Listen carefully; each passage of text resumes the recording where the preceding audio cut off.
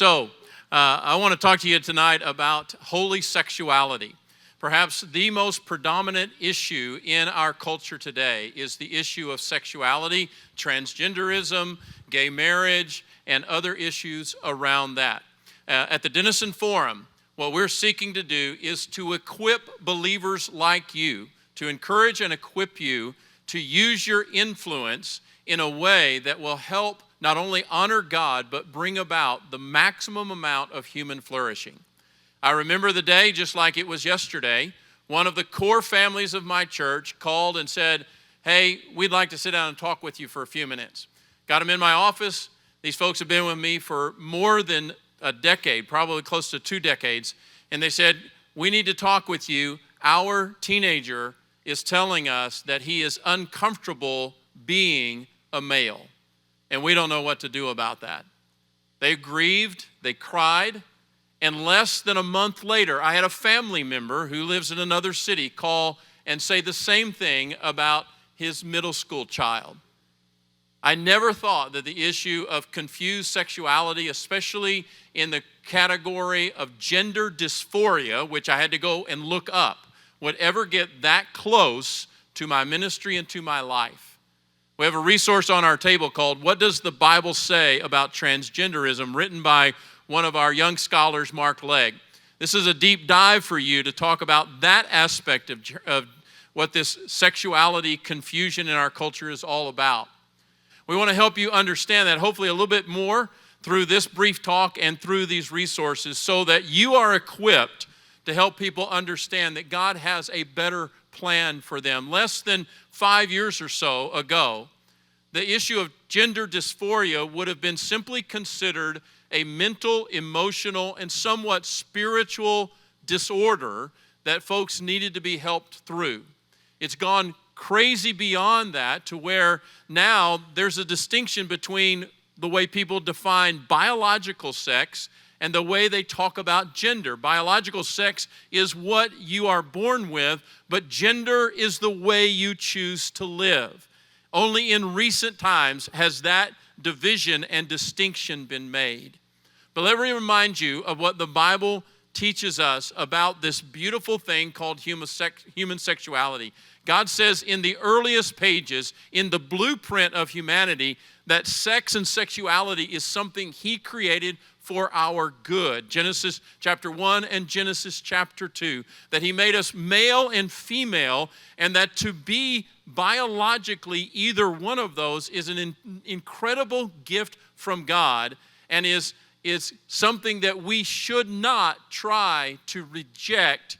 Otherwise, we're rejecting God's design for our life. The book of Genesis reveals that being both male and female is required in creation to express the full glory of the image of God that has been stamped upon every human life. Next slide, please.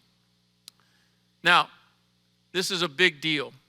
Some of you will recognize these ideas as being very biblical. Why did God give us sexuality and sexual activity? He gave it to us for communion, for celebration, for pleasure, and for the creation of another unique human being.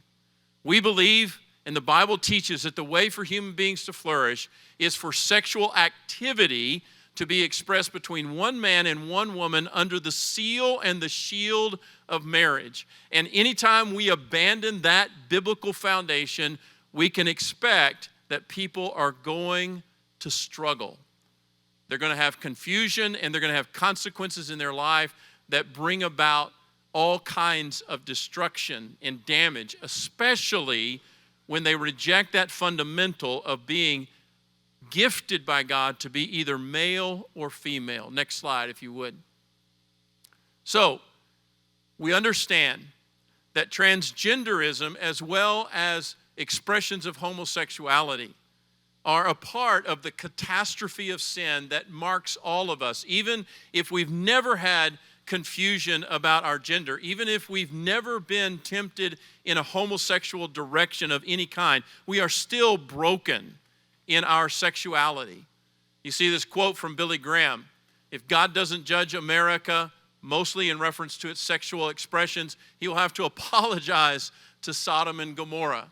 Years before that, Francis Schaeffer, the Christian apologist, said that he believed that when it came down to us contending for either our sexual freedom or our religious freedom, that people would, on the whole, choose their sexual freedom. And we see that rising within our culture even today. Next slide. How did we get here? A brief history for how we got to the kind of confused thinking that has led us even to the crazy ideas that we would allow an 8-year-old, a 10-year-old, a 12-year-old to say, you know what, I don't want to be a boy anymore. I don't want to be a girl anymore. Mommy and Daddy, would you help me? Would you start calling me by another name, socializing it in verbal language? Would you take me to a doctor and let me have steroids? Lord, or Mom and Dad, would you let me change surgically what God gave me at birth? How did that happen? Well, part of the story goes back to the 1950s. 1953, a guy by the name of Hugh Hefner founded a magazine that you know today as Playboy. 1960 began somewhat, you could date it to this point, what we call the sexual revolution, or now what I would call a devolution. That there has been, on a wide-scale basis over the last 60 years or so, the rejection of objective truth in favor of the idea that you just live your truth and I'll live my truth. The popular theology of Oprah, if you will. All right? 1960 also brought the legalization of birth control, where people could experiment with sexual activity without the risk of pregnancy, as they had lived all of time up until then. In 1969, we had what was called the New York Stonewall Uprising, which is in many ways the way we date the beginning of the LGBTQ community coming into the forefront of our thinking, all right? We know that in our culture today, sex has become the preferred idol of most people in our culture.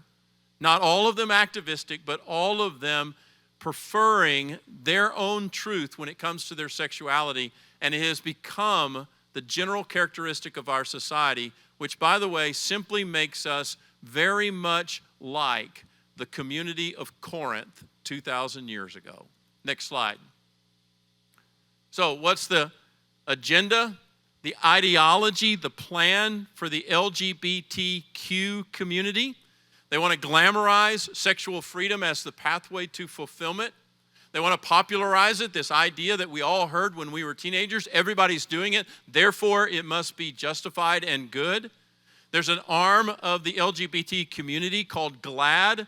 This is an arm of activism that seeks to make the gay and transgender lifestyle normal through media. You wonder, as I do when my wife and I find a new show, how long will it be, how many minutes or episodes will it take before they introduce us to the next gay character that they want us to embrace? That is being driven by the activistic group called GLAAD. They want to then stigmatize those who do not agree with them, and there are even movements within our government to criminalize those who oppose the ideology behind this sexual devolution movement. Next slide, if you will.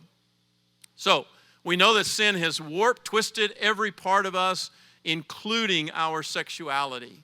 You'll find results on a wide scale today that people are disenchanted with sex generally, that the sexual revolution in some ways may be burning itself out on its own empty merits.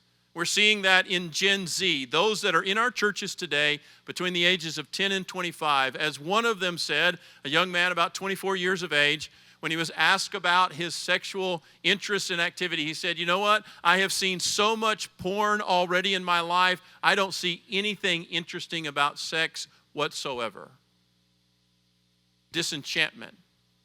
A book you will find hard to read, but I read about a year ago, a book called Rethinking Sex by a journalist with the Washington Post, not a conservative publication. In this book, Christine Imba describes and documents how our culture is literally worn out with its saturation in all forms of unbiblical sexuality. And it is her call from a secular perspective that we stop and reconsider what sex is really supposed to be about. Next slide, and we're just about done. We have the opportunity as the church of today to be like the Apostle Paul walking into Corinth and to announce that God has a better, more beautiful plan for our sexuality. 1 Corinthians 5, 6, and 7 kind of lay this out. God is pro-sex. The Corinthians wrote to Paul, their founding apostle, and said, you know what, this is so messed up. This is so corrupt. Shouldn't we just really be spiritual and give up sexual activity altogether? And Paul said, no, time out. Sex is God's great gift when used in its right context. God is the one who advocates for safe sex in that conversation when he says there's no such thing as casual sex. Sex will touch you at the deepest levels of your soul.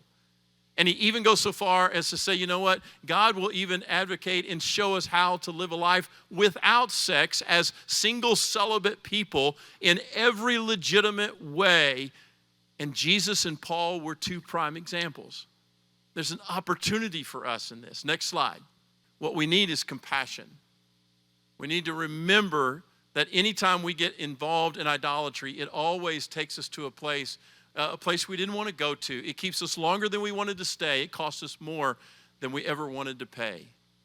What can we do as a church? What can we do as church leaders? Let me wrap up with that very quickly in the last slide or two. You can teach yourself, and you can encourage with our resources and with others. I've been so encouraged. I did a doctoral project in this area that there are many really great biblical leaders writing in this space. There is an opportunity for a robust biblical theology of sex and sexuality and what it means to be made male and female in the image and plan of God, to resource parents at the appropriate level so that they can have these conversations in an ongoing way. Let me tell you this story and then I'll be done. My doctoral project, I put 25 of my best leaders in my church in McKinney in a room. I asked them, who taught you about sex? Out of 25 of my best leaders, 3 of them could say that their mom, always mom, never dad, their mom gave them a book, asked them to read it, and had one conversation with them. 3 out of 25 mature, believing adults. Folks, this is an area of opportunity. It is an area for us to reclaim for the kingdom of God in this generation. We can show them God's better, more beautiful way. Thank you.